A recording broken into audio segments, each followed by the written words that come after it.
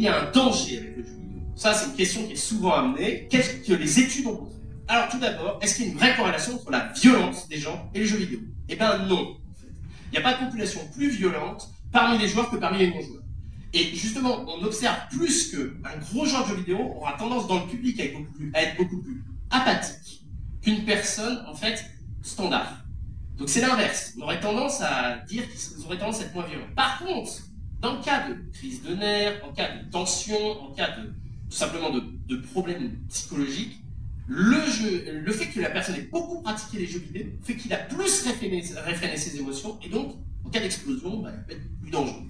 Mais, on va dire, dans une violence quotidienne, vraiment un énervement quotidien, c'est l'inverse. C'est des gens qui sont moins violents dans leur démarche, beaucoup plus isolés socialement aussi, généralement.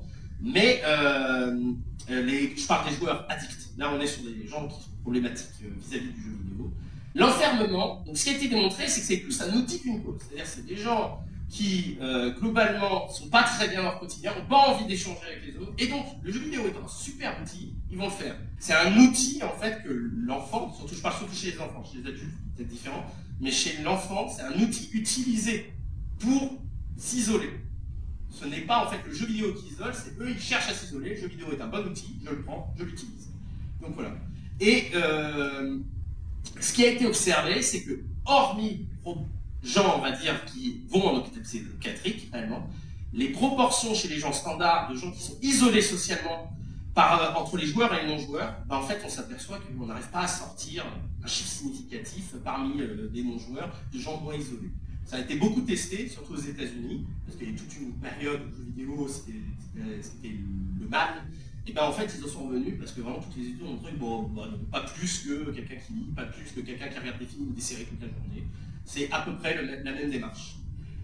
Aussi, un point qui pourrait nous poser des questions, c'est aujourd'hui, en France, 53% des Français sont des joueurs réguliers. C'est quoi un joueur régulier? C'est quelqu'un qui joue au moins 10 heures par semaine sur un support vidéoludique.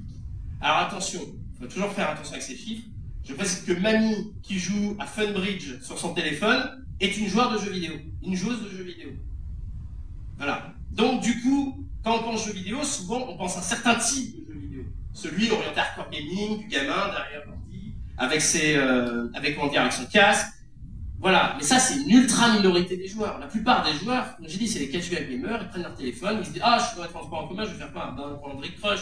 Ah, je vais faire quoi? Ben, je vais jouer au bridge, je vais faire du tarot, de la belote. » Donc voilà. Et enfin, le dernier cliché qui est souvent mis en avant, c'est le cliché d'infantilisation. Il n'y a que les gamins qui jouent aux jeux vidéo. Bon, la moyenne d'âge est à 35 ans, et même quand vous allez dans des jeux, je vais vous citer un exemple marrant qui est World of Tanks, c'est un jeu où vous contrôlez des tanks, qui vous tirez dessus, et qui est super réaliste et très très bien fait. Et ben la moyenne d'âge générale c'est 35 ans, sur World of Tanks, ils ont trouvé que c'était 45 ans, la moyenne d'âge. Voilà, donc c'est peut-être un truc d'ado attardé, vous pouvez dire, mais bon, aujourd'hui, comme la plupart des gens en font, c'est un peu une norme, en fait, tout simplement. Les gens jouent aux jeux vidéo, comme ils lisent des livres, comme ils regardent des séries. Il y a des séries qui sont plus intelligentes que d'autres, il y a des jeux qui sont plus intelligents que d'autres.